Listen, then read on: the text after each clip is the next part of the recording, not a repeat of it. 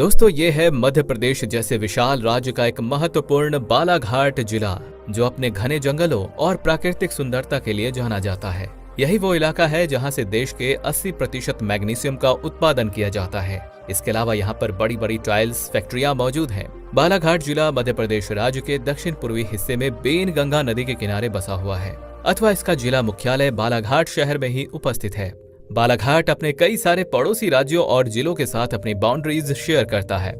इसके उत्तर में मंडला जिला, पश्चिम में सिवानी जिला, पूर्व में छत्तीसगढ़ राज्य और दक्षिण में महाराष्ट्र राज्य की सीमाएं सटी हुई हैं। यदि मध्य प्रदेश की सड़कों पर चलते हुए ज्यादातर MP 50 नंबर प्लेट वाली गाड़ियां दिख जाएं, तो समझ जाइए कि आप MP के खूबसूरत शहर बालाघाट में प्रवेश कर चुके हैं। इसके इतिहास पर नजर डालें तो बालाघाट जिला अपने देवघर गोंड साम्राज्य का हिस्सा हुआ करता था, जो साल 1743 में नागपुर के मराठाओं के अधीन आ गया था। लेकिन कुछ समय बाद अंग्रेज सरकार ने अपने शासन के दौरान मंडला, भंडारा और सिवानी जिले के कुछ हिस्सों को मिलाकर इस जिले का गठन किया। हालांकि प्राचीन बालाघाट का वर्णन महाभारत और कई सनातन दंत कथाओं में भी मिलता है।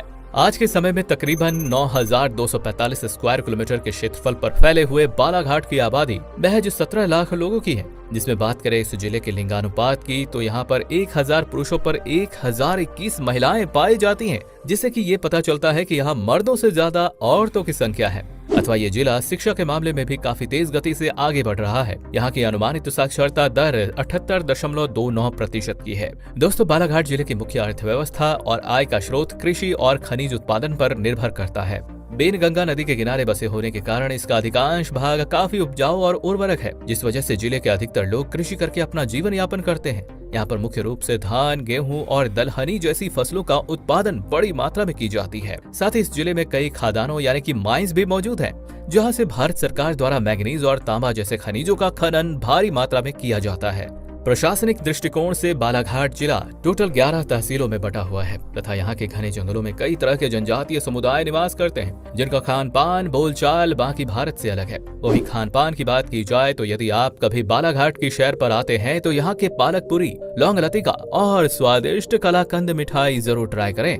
आवागमन के दृष्टिकोण से बालाघाट जिला सड़क मार्ग और रेलवे मार्ग से अच्छी तरह से जुड़ा हुआ है। बालाघाट जिले का मुख्य रेलवे स्टेशन का नाम बालाघाट जंक्शन है, जो अपने रेल मार्ग के जरिए देश के बड़े बड़े शहरों से जुड़ा हुआ है। ये railway station Jabalpur Balaghat Gondia railway line पर स्थित है तथा इसमें टोटल 3 बड़े प्लेटफॉर्म मौजूद हैं। बालाघाट से होकर नेशनल हाईवे संख्या 543 और नेशनल हाईवे संख्या 26 गुजरती हैं। इसके अलावा बालाघाट से कई बस सेवाएं भी संचालित की जाती हैं, जिनकी सहायता से देश के कई राज्यों और जिलों तक जाया जा सकता है। एंड दोस्तों, अब आखिरी में जान लेते हैं बालाघाट जिले के कुछ मुख्य पर्यटन स्थलों के बारे में। तो पहले नंबर पर है कान्हा राष्ट्रीय उद्यान। बालाघाट जिले में स्थित कान्हा राष्ट्रीय उद्यान मध्य प्रदेश के सबसे महत्वपूर्ण पर्यटन स्थलों में से एक है। कान्हा पार्क न सिर्फ भारत में अपितु विश्व पटल पर अपनी अलग पहचान रखता है। यह मध्य प्रदेश का सबसे बड़ा राष्ट्रीय उद्यान भी है, जहां पर आप अलग अलग तरह के वन्य जीवों को देख सकते हैं। दूसरे नंबर पर है लांजी का किला।